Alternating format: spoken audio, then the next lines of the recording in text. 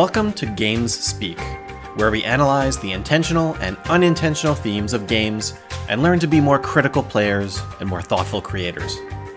Everything you create will be interpreted, and you'll interpret all media you consume. This relationship between creator and player is just as potent in games as any other form of media, and it's true whether or not either side intends it. Games Speak is a channel about this conversation, helping game creators speak meaningfully to their players, and helping players consciously and critically examine the games they're playing. What separates truly memorable, exceptional game experiences from the forgettable ones are the titles that succeed in giving you something to take away from the experience. Something that sticks in your mind, makes you reconsider long-held beliefs, or exposes you to an experience you never could have had in your life, era, social status, or geography. The successful ones do this by threading together the tools at their disposal to make a coherent, provocative message. Games use these three methods to convey messages to a player. The literal text. This is the explicit story, text, or voiced dialogue in a game. Aesthetics. The stylistic choices, like how the game is rendered, what perspectives the game uses, and how music and other audio is used. Mechanics. The choices the player gets to make and how the game reacts to them. It doesn't matter if you're playing FIFA, Street Fighter, Mario, or The Sims. If a game doesn't consider its themes and how it will be experienced, it will fail to impact the player, or worse, convey an entirely unintended and possibly harmful message. And like any other form of art, these messages are interpreted. It should be taken as a given that different people will take away different lessons. Further cause for developers to carefully consider how their art may be easily misinterpreted. Text is more than words on a screen. It is any part of the explicit story as it's explained to the player. Sometimes this is an epic tale, spanning hours of reading and cutscenes, and sometimes this is nothing but the word fight. Both can message something important to the player. Let's look at an example. Into the Breach, the 2018 strategy game by Subset Games. This is a game with very little text. Most of it is descriptors of mech abilities and explanations of game mechanics. What little story is explicitly conveyed tells of a dying Earth and a team of 3 mech pilots trying to save as much of humanity as possible across endless timelines. If you succeed in routing the giant bugs, your victory is short-lived. It's time to move on to the next timeline, where humanity is still in peril. No matter how many people you save, literally endless more remain in danger. In my reading, Into the Breach has one clear and overriding theme. Everyone is worth saving, but you can't save everyone. As your 3 mechs deploy, crashing to the ground, ready to tackle the insect horde, you will see the reactions of the nearby survivors. They're counting on you. But sooner or later, you will be forced to decide. How many will you let die to save your pilots or to complete your larger mission? You must decide for yourself and live with the consequences, both mechanical and emotional. Perhaps most telling, if you decide your mission is going poorly and you're tempted to restart, your menu option isn't restart mission or retry. It's abandon timeline. You don't get a do-over. Make no mistake that you are abandoning this Earth. This is a very intentional textual choice. Games have been using minimal text to say a lot since the earliest days of gaming. A classic example is Missile Command's Game Over screen, which, contrary to the norm of the time, said simply, "The end." Driving home that your failure wasn't the end of a game, it was the end of everything. Much like in film, a game's message can be conveyed by the way it is presented visually and audibly. The aesthetics also do the heavy lifting of conveying tone and giving texture to the literal text of the game.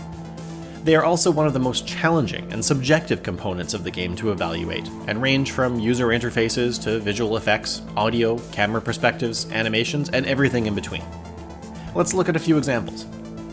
Civilization building games like Sid Meier's Civilization 6 put the camera at the continental level. This makes the player feel like a god, directing the course of history and clashing against other deities of the world, while interface elements evoke global stakes and momentous cultural events, lending weight to the themes of small decisions having immense consequences for a nation. Real-time strategy games like Command & Conquer want you to feel like a general, putting you in control of large numbers of troops, one skirmish at a time. Bringing in the camera to this scale brings the human cost and scale of war into sharper focus. The weight of your decisions feels differently when you can see the individual soldiers dying on the field. Games in this genre tend to evoke militaristic stylings, emphasizing themes of loyalty, sacrifice, and unity in the face of overwhelming odds.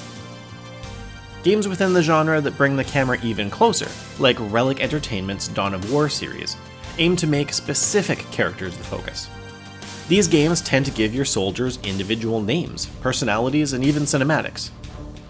These games emphasize themes of individual abilities and the strength of an individual's will to overcome larger forces. In each case, something as simple as the camera perspective and interface style choices say a lot about the themes the games are trying to convey. It's important to keep in mind that the same visuals and audio can mean very different things to different culture groups. This can be as simple as white symbolizing holiness in Western cultures, but death in many East Asian cultures. A more complicated example comes from The Division by Ubisoft, where the player, part of a post-apocalyptic police force, maintain order by killing lawless thugs wearing hoodies. But to many people, especially in the current political climate, this clearly reads as cops killing African Americans on the street simply for existing and wearing a hoodie. Understandably, this hits too close to home for too many people. It's a cautionary tale on the importance of having your game user-tested by a diverse audience, and in recognizing that people with different backgrounds may experience the identical game very differently from you. Games possess a unique tool for building their themes: mechanics. Every button press, every input the player makes can result in one or more reactions from the game's systems. This is how players exert their agency over a game. In other words, how they feed their choices into the game.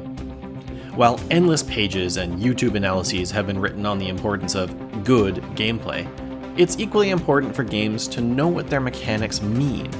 The choices developers make about what forms of agency to allow and when to disallow control are especially telling.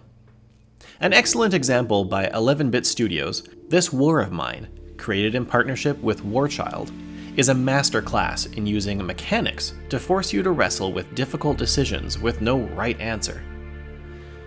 With a civil war raging around your small group of civilian survivors, you will be visited by two young children, desperate for some of your meager supplies to help their sick mother. Unsure if they are truthful, desperate, or both, you might give them your last bottle of medicine. I did. But that night, thieves wound one of your survivors. With no medical supplies, you might risk your own raid on another survivor's camps, but are spotted by survivors there. Do you run and hope your friend will survive the night without the medicine? Do you pull out your makeshift weapon and take the medicine by force? In my most recent session, one of my survivors attempted to sneak into a nearby military base for supplies, and was gunned down after a desperate and failed attempt to silence a guard. The other two survivors, both of whom were previously injured, succumbed to their injuries and hopelessness. No matter what you choose, This War of Mine never lets you forget the consequences of your choices.